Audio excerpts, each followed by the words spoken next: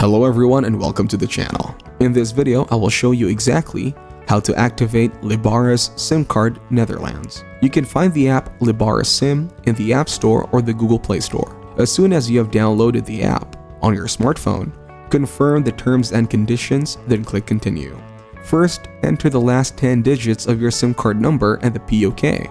You will find both on the SIM card holder and in the welcome letter. In the second step, you enter the country where your ID was issued and the type of document.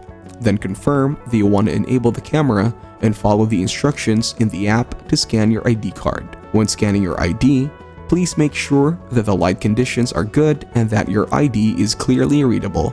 In the third steps, they verify your identity. To do this, activate your front camera and show your face as the app displays it to you.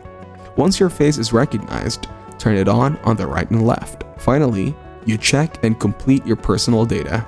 Your SIM card is now activated and you can use it immediately. Try it right now and download the app Lebara SIM from the App Store or Google Play Store. Thank you everyone for watching. Hope you got some value.